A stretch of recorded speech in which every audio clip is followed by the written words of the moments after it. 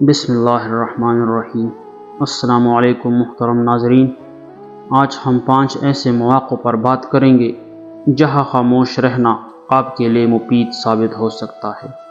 یہ حکمت عملی نہ صرف آپ کو بہتر انسان بناتی ہے بلکہ آپ کی عزت اور قدر میں بھی اضافہ کرتی ہے۔ اگر آپ اپنی قدر بڑھانا چاہتے ہیں تو آپ کو معلوم ہونا چاہیے کہ کب خاموش رہنا بہتر ہے۔ آج کی اس ویڈیو میں ہم 5 ایسے مواقعوں پر بات کریں گے جہاں خاموشی اختیار کرنا آپ کے لیے مفید ہو سکتا ہے کہ کب اور کہاں خاموش رہنا بہتر ہوتا ہے۔ خاموشی ایک بہت بڑی طاقت ہے اور اس کی صحیح وقت پر استعمال آپ کی زندگی میں بہتری لا سکتا ہے۔ ویڈیو کو آخر تک دیکھیں تاکہ آپ ان تمام مواقعوں کو سمجھ سکیں جہاں خاموشی کو اختیار کرنا ضروری ہے۔ اگر آپ ہمارے چینل پر نئے ہیں تو برائے کرم چینل کو سبسکرائب کریں اور ساتھ میں بیل آئیکن کو ضرور دبائیں تاکہ اس طرح کی اچھی اور معلوماتی ویڈیوز آپ کو ملتی رہے۔ کسی کی عزت کو رون کر آپ کو شاید وقتی تسکین ضرور مل جائے گا مگر روح کو سکون نہیں ملے گا۔ ہر بار قصور تربیت کا نہیں ہوتا، بعض اوقات کچھ صحبتوں کی بھی چلتی ہے۔ ہر انسان اپنی زبان کے پیچھے چھپا ہوا ہے، اگر اسے سمجھنا ہے تو اسے بولنے دو۔ دعا کا رنگ نہیں ہوتا مگر جب یہ رنگ لاتی ہے تو زندگی میں رنگ بھر جاتے ہیں۔ جب آپ اللہ کی خاطر اپنے آپ کو برائی سے دور رکھتے ہیں تو وہ آپ کو دوسروں کے ہاتھوں رسوا نہیں ہونے دیتا۔ کائنات کی سب سے مہنگی چیز احساس ہے جو دنیا کے ہر انسان کے پاس نہیں ہوتا۔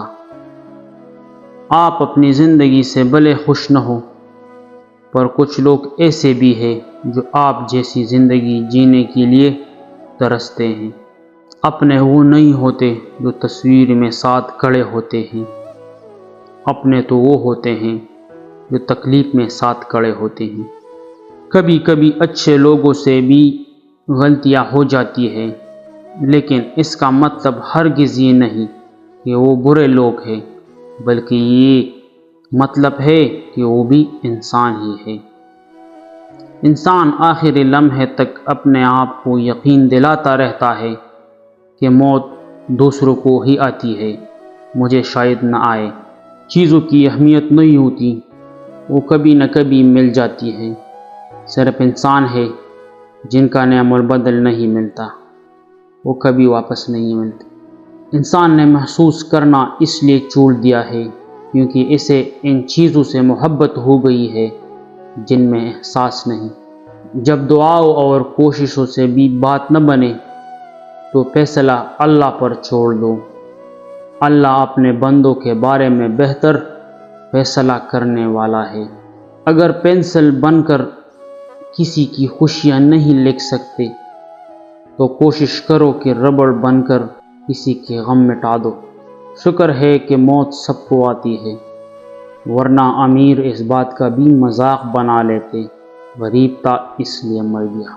انسان ہمیشہ تکلیف میں ہی سیکھتا ہے ورنہ خوشی میں تو پچھلے سبق بھی بھول جاتا ہے۔ جو شخص لوگوں سے کنارہ کشی کرتا ہے تو اس سے مل، اور جو شخص لوگوں سے ملنے کا عادی ہو اس سے کنارہ کشی کر۔ انسان بھی کیا عجیب مخلوق ہے، جیتا ایسے ہے جیسے کبھی مرے گا نہیں اور مرتا ایسے ہے جیسے کبھی جیا ہی نہیں۔ مانگی ہوئی محبت کا مزہ بگڑی ہوئی شراب جیسے ہوتا ہے۔ دوسروں کے ساتھ ویسا سلوک کر جیسا آپ چاہتے ہیں کہ آپ کے ساتھ کیا جائے۔ جو شخص تمہاری نظروں میں تمہاری ضرورت کو سمجھ نہیں سکتا، اس سے کچھ مانگ کر خود کو شرمندہ نہ کرو۔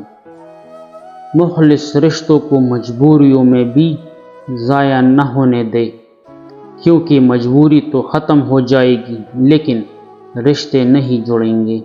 ماں باپ دنیا میں سب سے بڑی نعمت ہے۔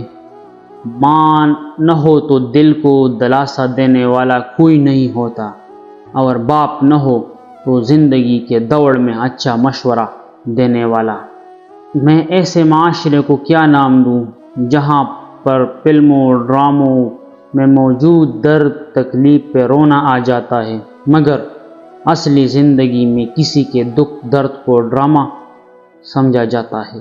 اپنی زندگی کے بدترین دور سے گزرتے وقت ایک اچھی بات جو ہوتی ہے وہ یہ کہ آپ آخرکار ان لوگوں کے اصلی چہروں کو پہچان لیتے ہیں جن کا یہ دعویٰ ہوتا ہے کہ وہ آپ کی پرواہ کرتے ہیں۔ اگر آپ اپنی قدر کرنا چاہتے ہیں تو ان 5 مواقعوں پر خاموش رہو۔ نمبر 1، جب آپ غصے میں ہو تو بولنے سے گریز کریں۔ غصے میں اکثر ایسی باتیں کہی جاتی ہیں جن پر بعد میں پچھتاوا ہوتا ہے۔ نمبر 2، جب کوئی غیر ضروری بحث چھڑ جائے تو خاموش رہنا ہی بہتر ہے۔ بحث کو بڑھانے سے کوئی فائدہ نہیں ہوتا اور اکثر اس سے رشتے خراب ہوتے ہیں۔ نمبر 3، جب آپ کو محسوس ہو کہ آپ کی بات کی اہمیت نہیں دی جا رہی یا کوئی آپ کو سننے کو تیار نہیں، وہاں خاموشی اختیار کریں۔ نمبر 4، اگر آپ کو لگتا ہے کہ سامنے والا آپ کی بات سمجھنے کو تیار نہیں ہے تو خاموش رہیں، اپنے الفاظ کو ضائع مت کریں۔ نمبر 5، ایسے موضوعات پر خاموش رہنا بہتر ہے جو حساس ہو یا جن سے کسی کا دل آزاری ہو سکتی ہو۔